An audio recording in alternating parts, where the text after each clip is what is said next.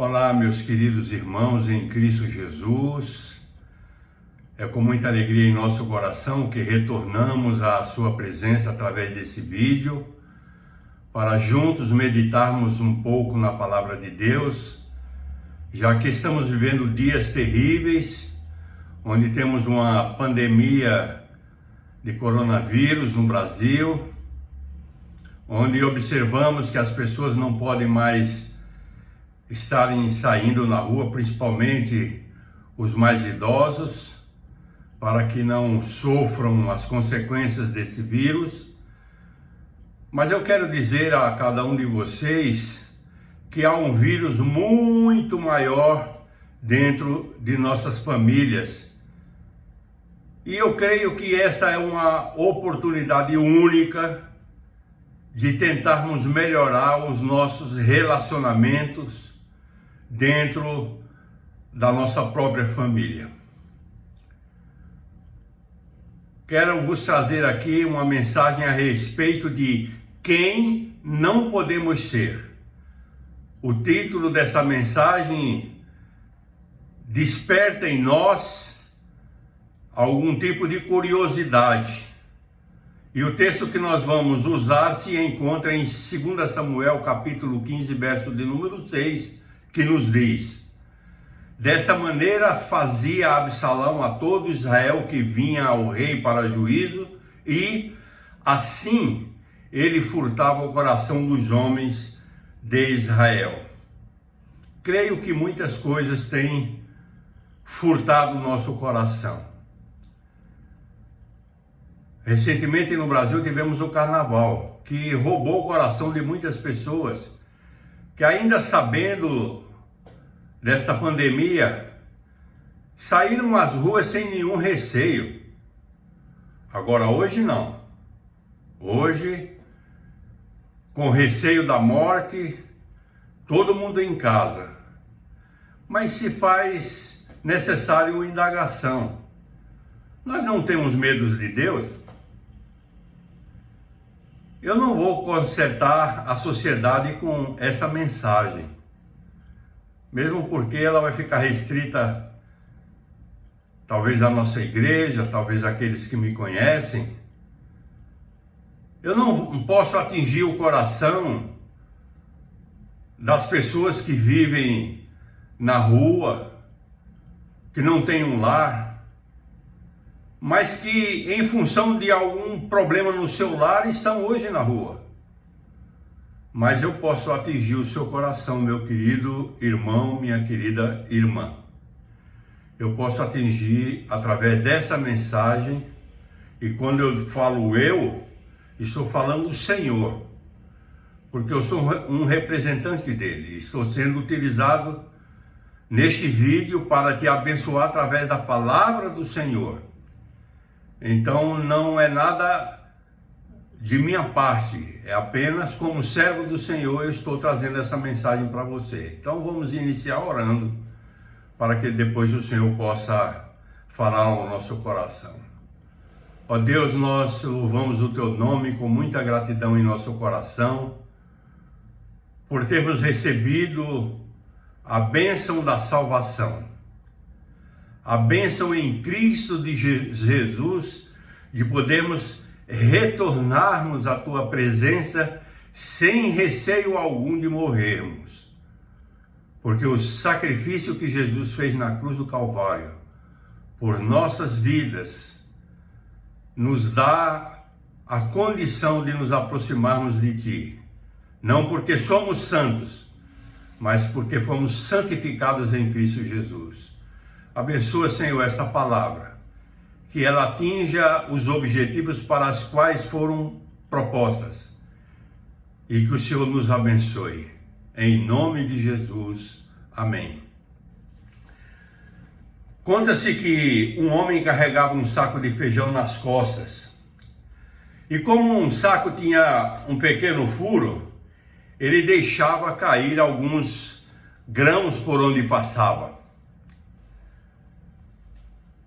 Como esse saco estava sendo carregado nas costas, forçava o seu conteúdo.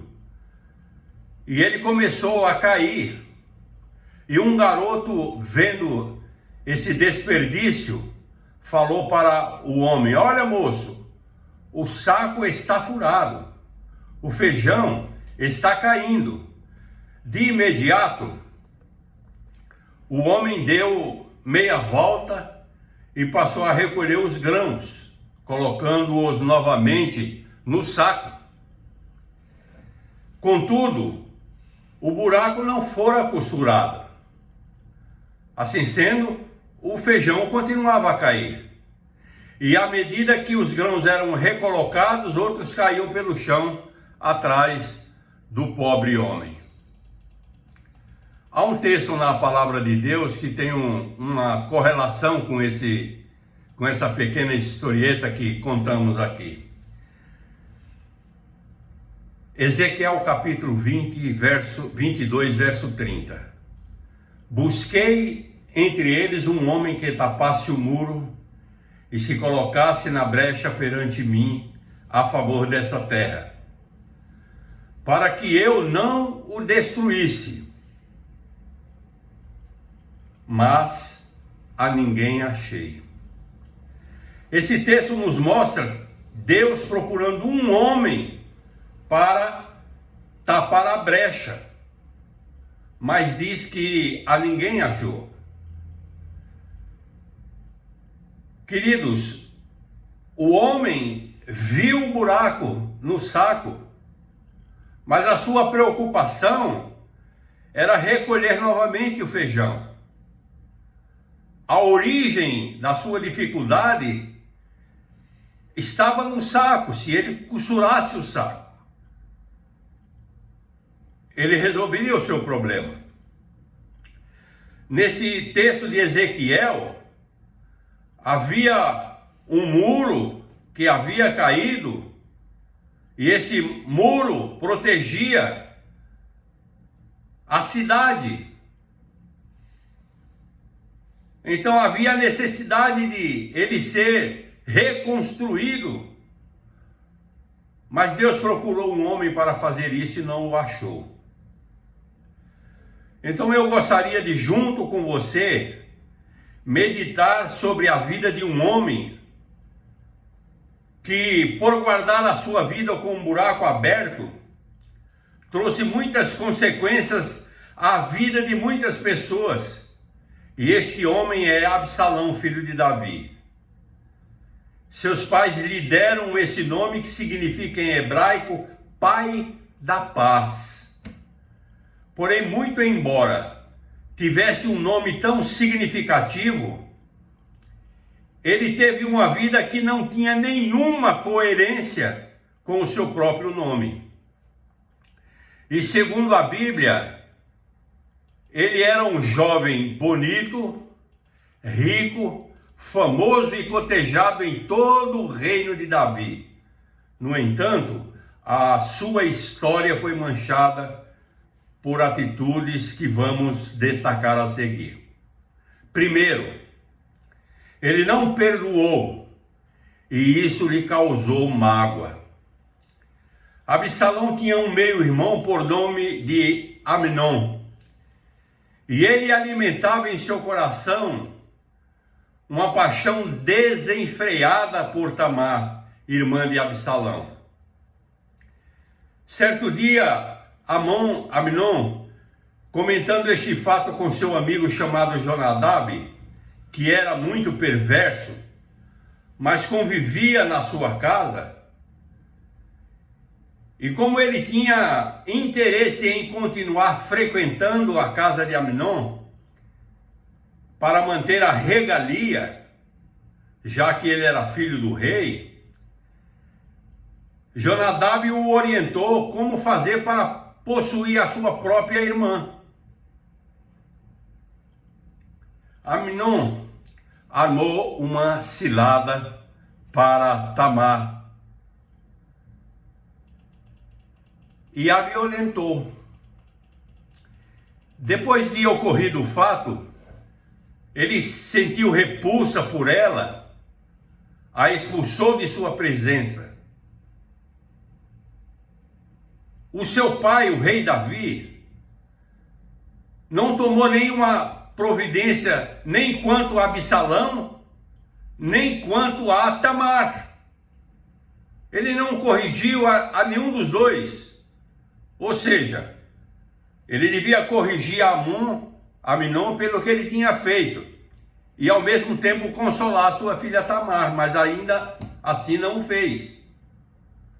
Porém, Tamar, a agredida no corpo, a humilhada na alma, correu em busca de ajuda e procurou Absalão, que também era seu meio-irmão. E o seu irmão, sem nenhuma demora, abraçou sua causa com o propósito de vingá-la, por tamanha maldade que lhe fora feita. Absalão, em vez de procurar seu irmão para corrigi-lo e para perdoá-lo, encheu-se de mágoa no seu coração, foi dominado pelo ódio e, enfim, arquitetou a morte de Aminon. O rei da paz transformou-se no pai do ódio, da guerra e da morte. Em vez de resolver o problema familiar, adicionou ainda mais problemas à sua família.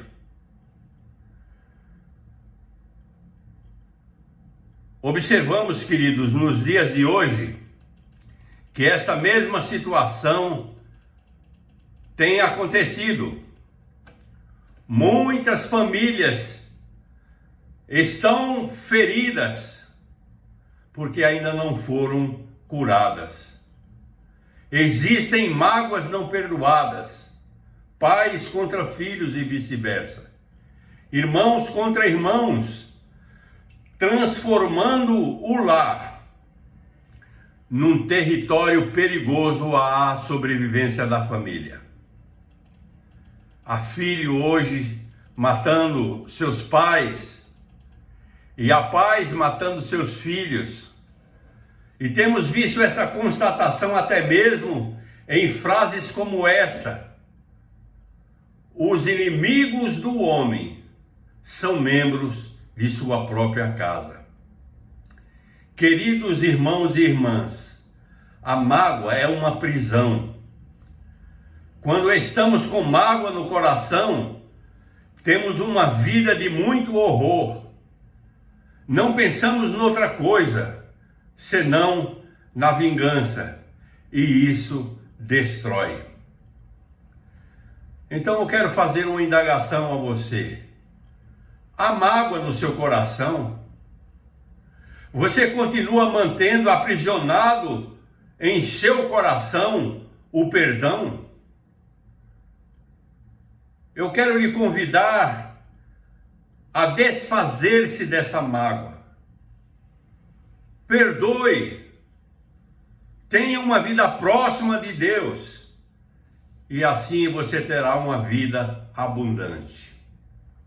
O segundo ponto, queridos, é que o silêncio acaba com os relacionamentos. Absalão, ele não apenas tramou a morte do seu irmão, ele se deixou dominar pelos seus sentimentos, alimentou esses sentimentos e foi dominado por eles. Assim, ele mandou matar a Aminon numa terrível trama. Deu uma festa, mas não para se alegrar, mas para derramar o sangue do seu próprio irmão. E nós devemos observar aqui que não somente foi a atitude de Absalão que estava fora de foco, mas também a postura do seu pai, que não tomou as devidas providências quando necessário. Davi, ele não tinha corrigido o seu filho Aminon, também não tinha consolado a sua filha Tamar. Assim, ele enfrenta agora a dor de ver seu filho morto por ter sido assassinado. Como resultado disso, acendeu-se a ira de Davi contra Absalão, seu filho, que foge para a casa do seu avô materno. 3 anos se passam com essa terrível consequência do silêncio entre Absalão e Davi, o que vem a agravar ainda mais a situação. Queridos e amados irmãos em Cristo Jesus, nós precisamos entender que o silêncio não é sinônimo de perdão, que o tempo não remove a mágoa, nem apaga os seus efeitos. Depois de 3 anos, através de negociações, Davi permite que Absalão volte para Jerusalém, mas declara que não quer ver a sua face. Assim sendo, Absalão manda um recado a Davi. E esse recado, ele deve ser entendido mais ou menos dessa forma: prefiro que o Senhor me mate, mas fale comigo. Davi então o recebe, dá-lhe um beijo na face, porém não fala com ele. A falta de diálogos entre pai e filhos, entre marido e mulher, entre irmãos, abre ferida no coração. Nós precisamos ter diálogo, pois nós observamos isso acontecendo em muitas famílias. Há muitas tensões dentro das famílias nos dias de hoje. Mas a Bíblia nos diz em Provérbios 18, verso 21, na sua parte A, que a morte e a vida estão no poder da língua. Queridos, nós podemos mudar. Nós temos uma língua para falar, para abençoar, e não para amaldiçoar. Nós temos inteligência, nós precisamos usar a inteligência. Observamos nos dias de hoje que falamos mais pelos meios de comunicação, mais de comunicação virtual do que pessoalmente. Nós temos a capacidade de ficar horas falando numa conversa virtual, mas não conseguimos travar um diálogo de meia hora com ninguém da nossa família. E alguém que está precisando ser ouvido, ser perdoado ou perdoar. Nós estamos sendo peritos em tecnologia, mas certamente nós estamos sendo amadores em nossos relacionamentos. Então a segunda pergunta que eu quero lhe fazer é: como está o seu relacionamento com a sua família? Como está o seu relacionamento com os seus irmãos em Cristo Jesus? Como está o seu relacionamento no trabalho e na escola? Queridos, abram diálogo, acertem os ponteiros e vivam em paz consigo mesmo. O terceiro ponto é que a ausência de lealdade vira conspiração. Com essa postura insensata de Davi, Absalão saiu do palácio do pai, muito pior do que entrou. Ele entrou para buscar reconciliação, mas saiu disposto a armar uma conspiração contra o próprio pai. E durante 4 anos, ele ficou furtando o coração do povo, como nós lemos no nosso texto da inicial. Ou seja, ele se demonstrou amoroso para com o povo. Ele era filho do rei. Ele tinha a possibilidade de ser o rei. Então ele começa a conquistar o coração do povo, não com a intenção de beneficiar o povo, mas com a intenção de preparar uma revolta armada contra o seu próprio pai, para lhe tirar o trono e lhe tirar a vida. Esse conflito entre pai e filho aqui durou 9 anos. Ambos fazendo de conta que não existia nenhum conflito. Porém, queridos, chegou o ponto que Absalão não queria mais o perdão do pai. Agora, ele estava disposto a matá-lo e tomar-lhe o trono. E nessa empreitada, Absalão é assassinado por Joabe, comandante dos exércitos de Davi. Agora, ao saber, o rei se desmancha em lágrimas e no choro amargo diz: meu filho Absalão, meu filho Absalão. E nós podemos ler isto em 2 Samuel,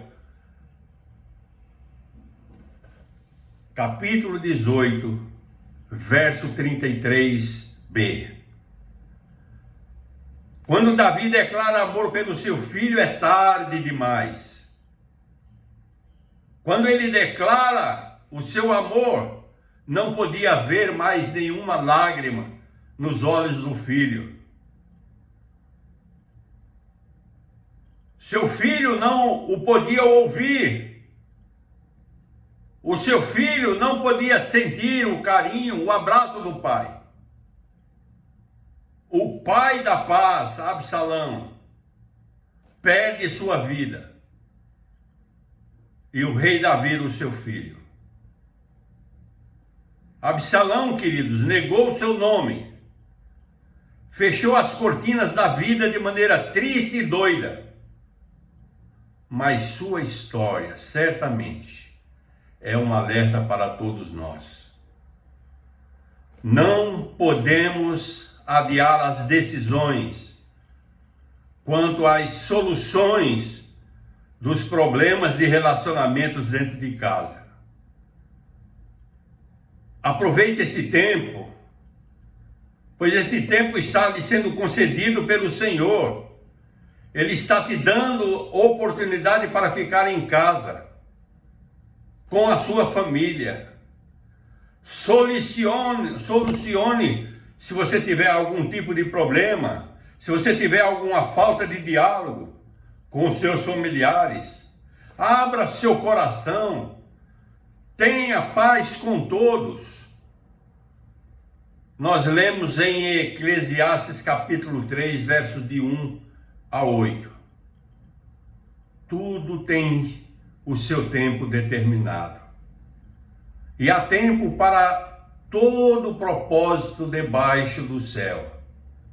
Há tempo de nascer, há tempo de morrer, tempo de plantar e tempo de arrancar o que se plantou, tempo de matar e tempo de curar, tempo de derribar e tempo de edificar, tempo de chorar e tempo de rir, tempo de prantear e tempo de saltar de alegria, tempo de espalhar pedras e tempo de juntar pedras, tempo de abraçar e tempo de afastar-se de abraçar, tempo de buscar e tempo de perder, tempo de guardar e tempo de deitar fora, tempo de rasgar e tempo de coser, tempo de estar calado e tempo de falar, tempo de amar e tempo de aborrecer, tempo de guerra e tempo de paz. Deus, queridos, está te dando este tempo. Aproveite, perdoe, dialogue e tenha lealdade. Oremos. Pai de amor, abençoa o teu povo. Sê misericordioso, Senhor, com cada um de nós. Ó Deus, visita-nos profundamente. Santifica o teu povo, Senhor. Estamos aguardando a volta do teu Filho Jesus. Prepara-nos, Senhor, para esta volta. Que o amor de Deus, o Pai, a graça salvadora de seu Filho Jesus e as doces consolações do Espírito Santo sejam sobre ti e sobre todo o teu povo espalhado sobre toda a terra, hoje e sempre. Amém. Que o Senhor te dê uma boa semana.